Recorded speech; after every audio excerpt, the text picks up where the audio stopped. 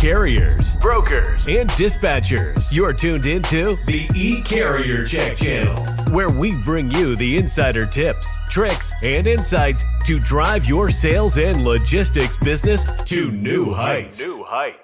Each week, your hosts, Jared and Nate, sit down with the top professionals in the industry, diving deep into everything from prospecting and cold calling to maintaining carrier relationships and maximizing your bottom line.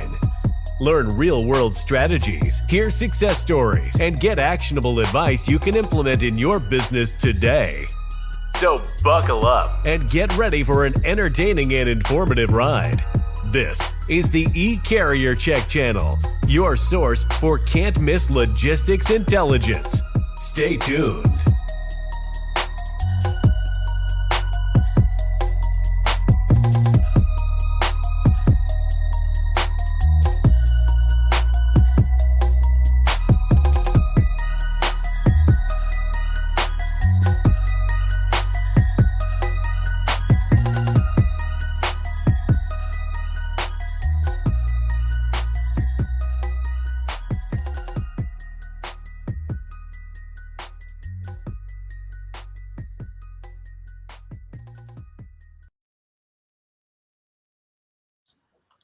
Yo, what's going on, guys? Welcome back to another show with E-Carrier Check. Jared and Nate here. We have just a very well-experienced guest on today. Ryan Holiday from NTC Logistics, brother. How are you doing today, man? Guys, I'm doing great. I appreciate you having me back on the show here. Yeah, it's been a couple years since we last had you on. I believe you just live cold calling on our last show. I did. So it was quite entertaining. Actually, that video has thousands of views on it. So kudos to you, man. Thanks for doing that. Oh, that's good. It wasn't the best session. So you guys know how sales are. Someday it's hot, and someday it's cold, and it was just an interesting day. Yeah, it was very raw, which people need to see, you know. So let's get more in Tire Killer. How you doing, brother? Good to see you. But today we're going to be talking, sourcing and vetting carriers, how to find reliable carriers outside the load board.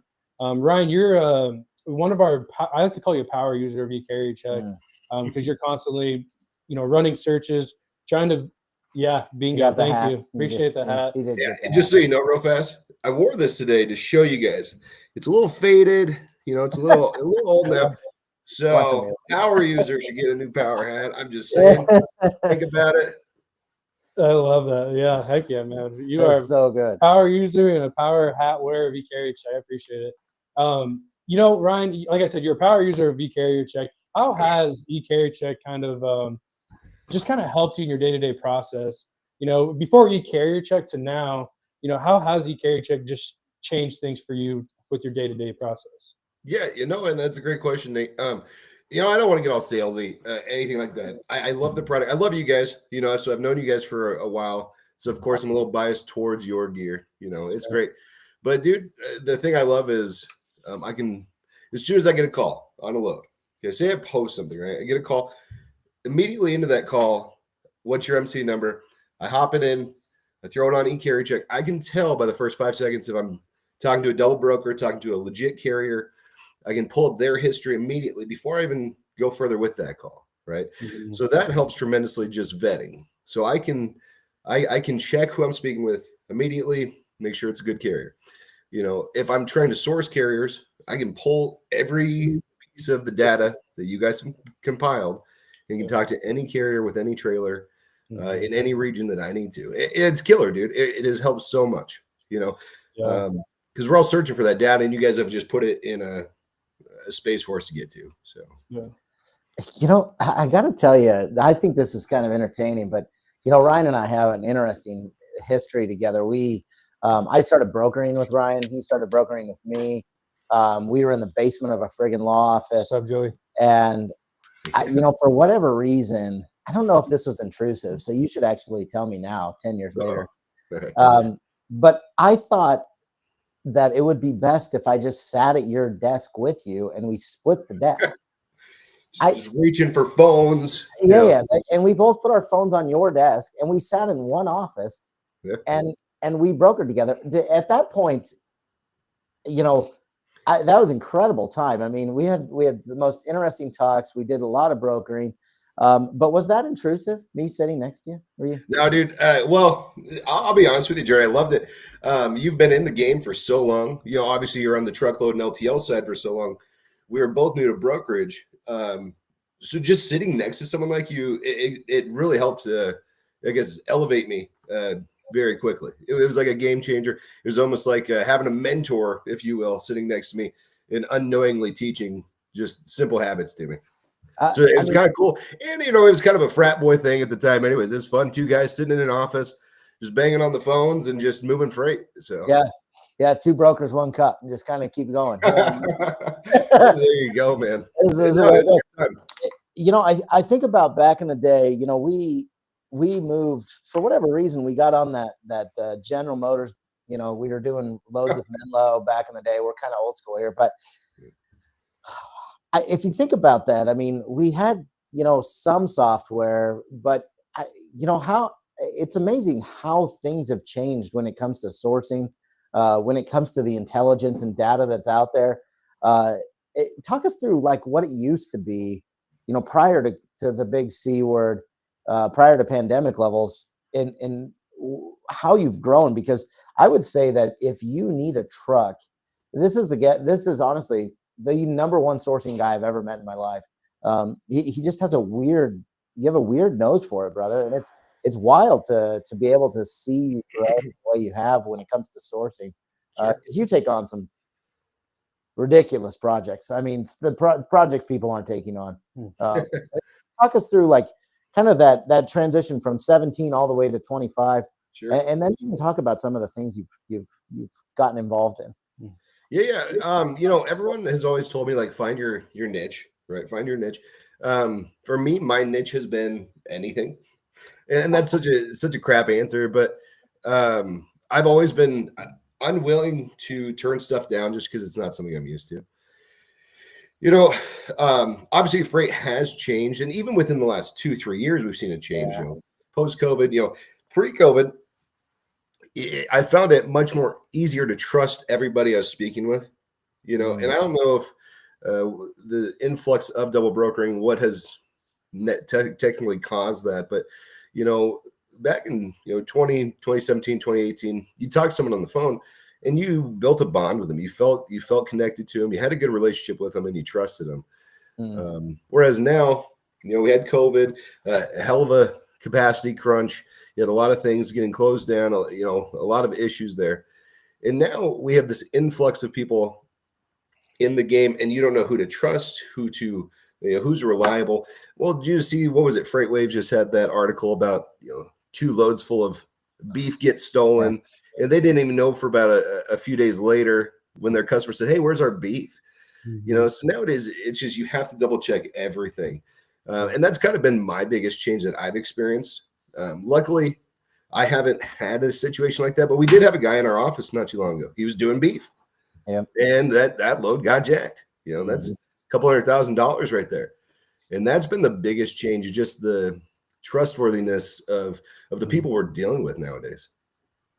Yeah, it's wildly challenging to build carrier relationships almost because they're so standoffish. In fact, I would even say like Nate and I actually got on eCarrier Check and started calling some carriers, and not in a way of like, hey, we want to dispatch. We just wanted to talk to some people. Sure.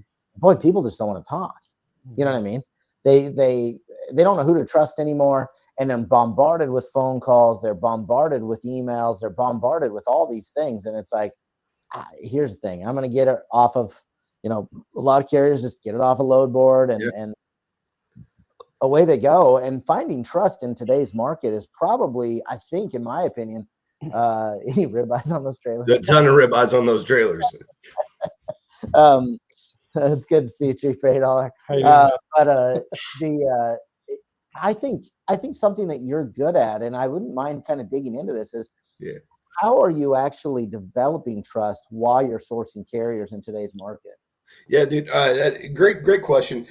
So I've been doing this for what we had, you're 12, 13 now. So I've been doing this for, a little over a decade. And there are carriers that we used from day one that I've consistently worked with, right? nowadays, though, I do a lot more specialized freight, whether it be in the bulk world, whether it be, oversized things, whether, like just for example, every March I have 15 to 20 loads out of Denver going to Texas, right? Every year. Well, for the past 5-6 years, I just call the same guys. I know these guys.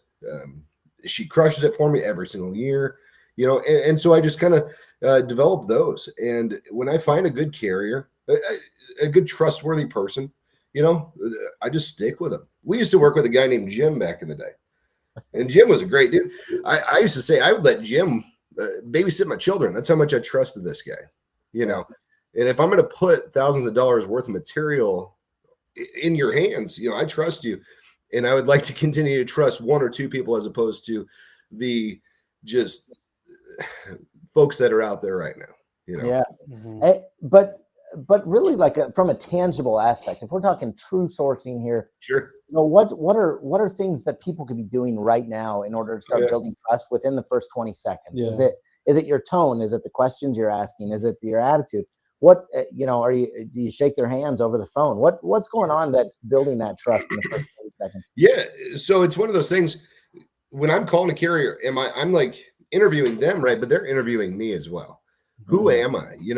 What am I going to do for you? I'm giving you a load from here to here. They're giving you a load from here to here.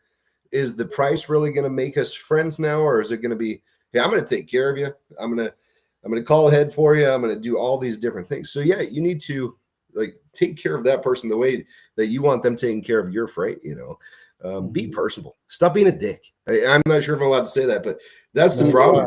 Everyone's, hey, we need something from each other. Let's enjoy each other's time here, Yeah. And the overall goal is to build a relationship, build a friend, build somebody that, hey, I just like calling you. I like talking to you. Shoot me a text on Christmas. You know what I mean? Like, hey, and you need to start developing that personable relationship with your carriers. And if you don't, they're not your carrier. Okay. And there's so few good, valuable carriers out there. And if you're not going to build that relationship with them, the next good broker will. Yeah.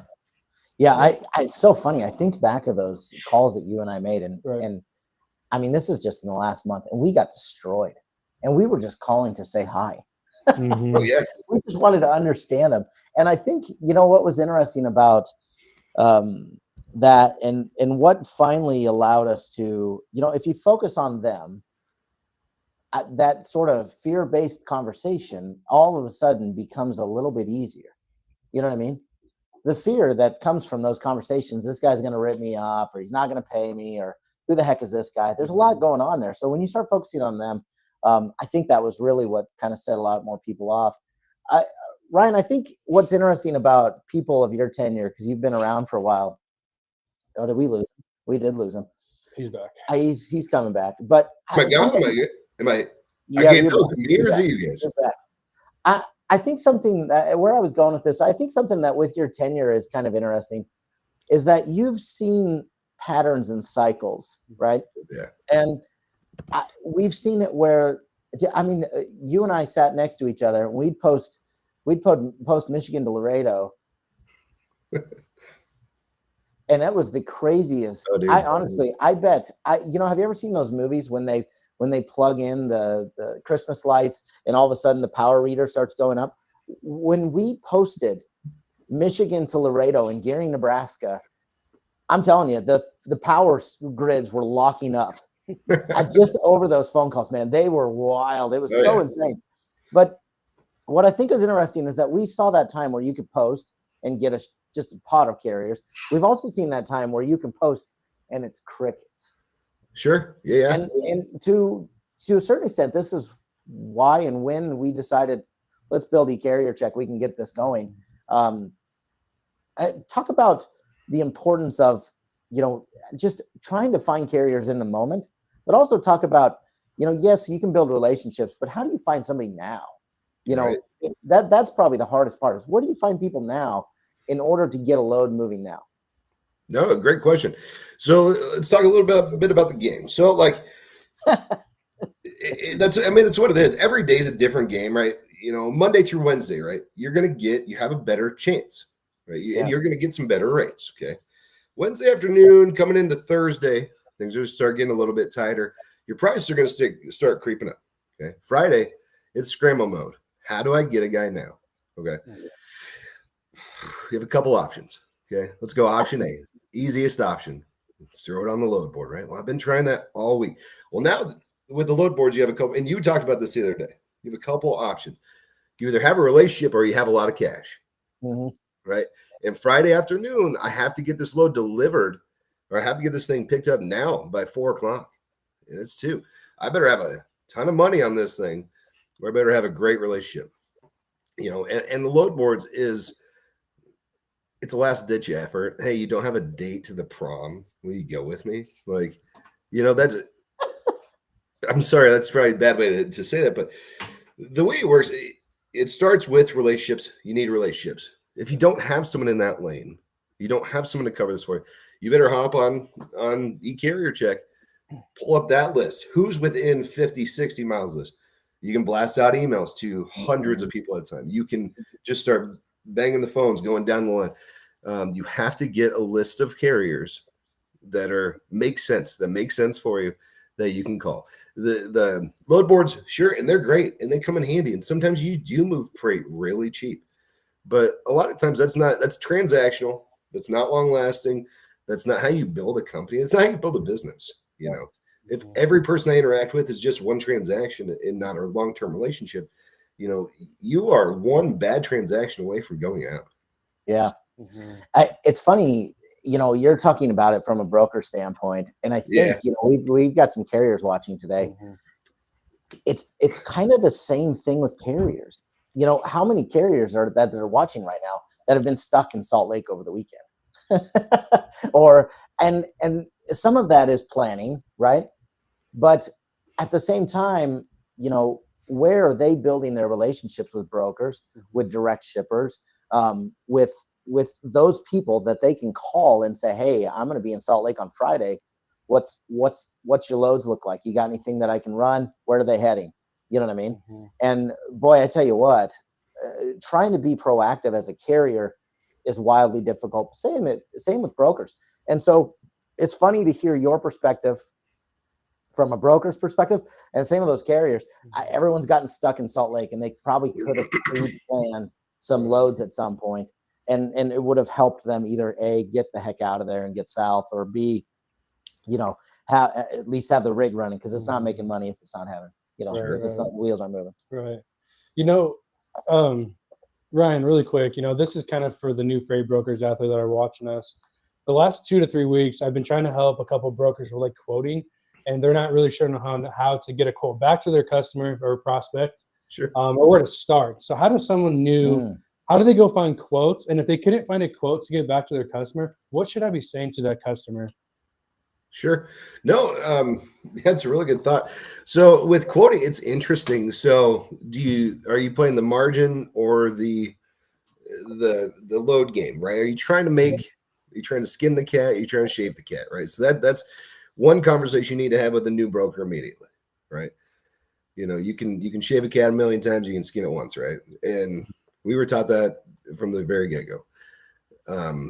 Everyone's trying to make all of this money, even on new shippers. You know, just chill out, dude. Like, look at the lane. What's the lane, right? If you need to, post it. If you need to, find eCarrier Check, source a carrier to source someone that would run this. Hey, hypothetically, I have a load next Tuesday. How much are you going to need for something like this? There's tools out there to use. You need to speak to somebody that is frequent with a lane or frequent with an area. Get a price from them. You know, and take your couple percent. Just go back to that carrier. It's more important to get a carrier than to make money, or get a customer than to make money. Does that make sense? Like, a customer is more valuable than one quote, because one quote's not going to win you them anyway. So just be patient with it. Get them a nice rate. Get your foot in the door, and then you can start working. You know what I mean? But you have to speak to somebody with wheels on the ground to get a good idea of what it actually costs you. Because some of the other platforms will give you, hey, this is the market rate right now. This is what this is. That is a shot in the dark, in my opinion. Until I speak with someone behind the wheel, I don't know what the rate is. So that has to be item number one, is to speak to someone that's actually going to run that lane to get you a price. Mm-hmm. To add on to this too, and I'm kind of, because of the fact that we have carriers that watch us too, I think the difference between a carrier and a broker is that a broker finds a solution no matter what. And what ends up happening with carriers is they get so caught up in their day-to-day operation that they don't think about, I just need to get this guy a solution and tell him my best case. We get so many people. I got one truck. What am I supposed to do? Right. Perfect. Get them a solution of what you can do. Mm-hmm. Here's my best case scenario. I'll run it for $236 a mile. And here's what I can do. Mm-hmm. I can pick it up next Tuesday, probably be there around noon. Right. And I think that carriers, yes, they're in a little bit of a box because they only have so much capacity. They only have so much time. They only have so many pieces of equipment, or just one piece of equipment. But boy, I tell you what, they can offer such an interesting solution because guess what? They're behind a wheel. Right. They know their costs. Most of them do. They should. Not all of them, but most of them do. They just need to start to think solutions based as brokers do. Right. And you'll be just as competitive, right? Mm-hmm. So I think I love that you say, like, you're like, let me get somebody behind a wheel to talk to somebody, because this is so important. We could have an entire show. We could have a whole series on how do you quote a friggin' shipper. Mm-hmm. You know what I mean? Right. And we still see a lot of people, kind of what Ryan said, they'll look good on that and kind of look at the rate, and then, holy crap, the carriers are calling in saying they need $500 more. Yeah. So you're just a little bit off. So that's, it just tells you something about picking up the phone and having a conversation.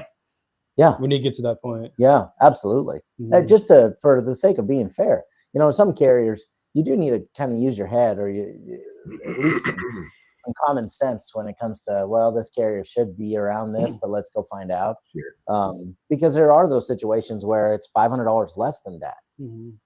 Oh, yeah. And they're like, well, I could have been a lot more competitive, and my competition probably got the load because I wasn't competitive in talking to somebody behind the wheel. Right. So, I love this question because giving rates, especially from a new broker's perspective, is the hardest thing to do. Well, and it's tough too, because you're calling carriers and getting rates, and if they're all over the place, you're kind of like, okay, crap, what am I going to tell my customer?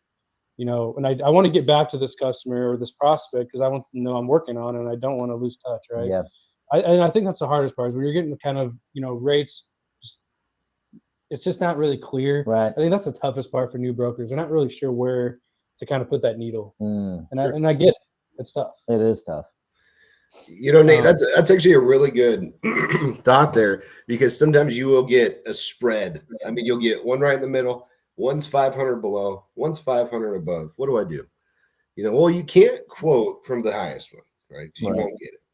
I mean, you can quote from the lowest one, and you'll probably get it.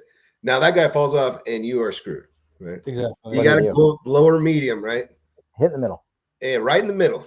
Hey, hopefully the lowest guy can cover this for me. He's legitimate. I looked him up. He looks good. He's not going to fall off. Okay. If he doesn't, good for me.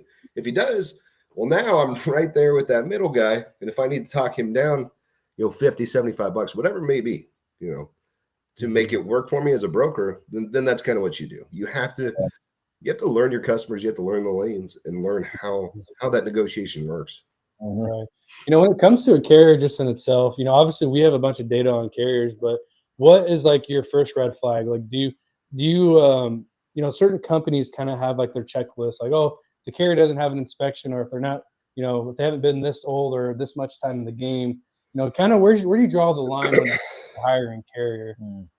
Is it the no inspections, or is it like, what is it? Yeah, just big no for me is the zero inspection thing. I don't trust it. It's just such an odd thing. Like, how have you not been able to get inspected? Do you even have trucks? Like, you know what I mean? Like, are these actually yours?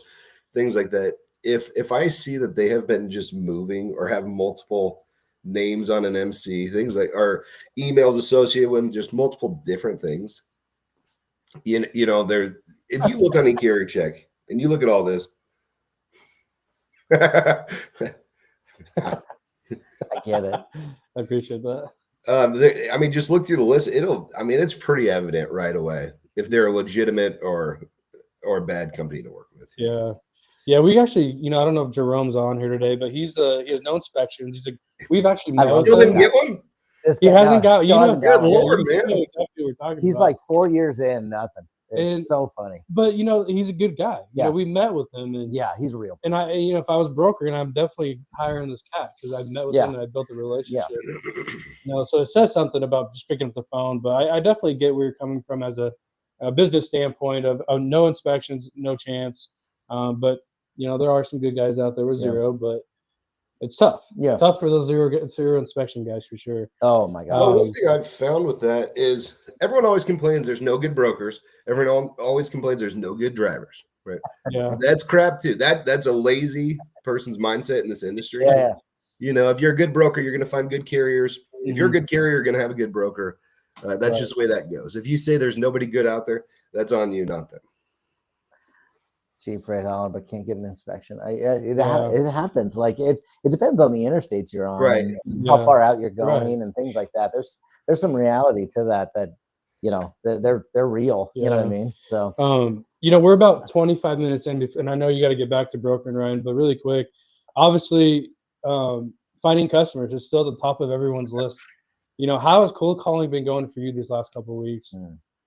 It's been going all right. I always find more success for some reason in Q1 and the early half of Q2. And I don't know if that's just because the beginning of the year. I should probably track them more often, but it's still RFP season for me. I'm ripping through quite a few opportunities right now. So cold calling's been good. As good as it gets, right? Right. But yeah, it's been better than bad. So I think what happens later part of the year, everyone's sick of it by then. Like, Lord, new year, new me, new year, new broker. But yeah, it's been good. Honestly, e-carrier check kills it on there. You can do random shippers or just, if you want a certain industry, go after it. And that's kind of where I've been with it. Yeah. Everybody out there, pick up the phone, call them. The worst thing that's going to happen is you're not going to be doing business with them still. That's it. Right. It's no big deal. Yeah. I appreciate that. I do too. I think what makes, there's two thoughts here that really I've seen Ryan be successful in is that, anytime you can call a shipper with very specific understanding of their business already, I know that this guy uses dump trucks, and I know that he needs dump trucks in Ohio and Philadelphia or Pennsylvania. That makes it so much easier to already have a conversation. And I think that's when we've watched Ryan's, we watch his algorithm, we just sit there and it's very creepy and we watch where he goes and clicks and points and it's probably worse than Facebook stalking, but it's definitely one of those things that makes your life a lot easier when it comes to just making a call. You can talk more intelligently because guess what? I know he needs dump trucks in Ohio and Philadelphia, right? And that's what you're going to get on e-carrier check. It's just that simplicity of finding a lead, buy equipment in an area that makes sense for you. Right. Well, it's just like you were talking about with carriers, if you're personable, if you get them talking about themselves, you'll be interested in them.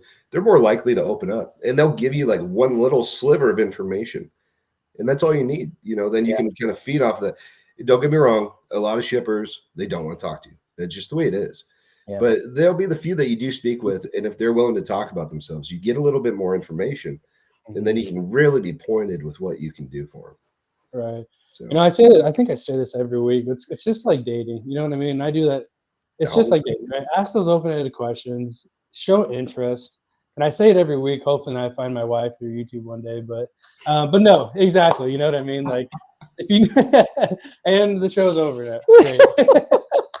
No, but yeah, no, that's what I love about e-carrier check, and I know that you what you enjoy about us is having that just kind of that insider information. It kind of takes the pressure off too when you make a cold call. Like you said, if the worst is going to be you're not doing business with them. But guess what? I promise you, if you called 2 weeks later, they're not going to remember you. I have no idea. Well, I've done that before too. I've had that situation happen. I called them. Yeah. I kind of knew what they did. Called the guy. He didn't want to talk to me. Okay. Well, 2 weeks later, called him back.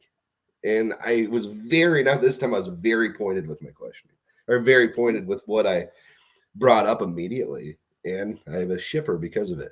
He didn't remember me from the next guy. And that's following up. I mean, you just got to follow up, keep going, guys. Yeah. There's plenty of shippers out there. Stop telling yourself there is no freight. It's there. You just have to go get it. Yeah, I agree. It's a difficult job. Yeah. Well, Ryan, man, we're not gonna take too much of your time anymore here. I know you gotta get back to the grind. I do. Shout out to everyone watching here today. There's a great video on sourcing carriers and just finding a good relationship. So if you missed some of it, go rewind. And if any of you guys want to reach out to Ryan, just hit me up. I'll shoot you his email. So shout out to everyone being here today. We'll see you Friday. Ryan,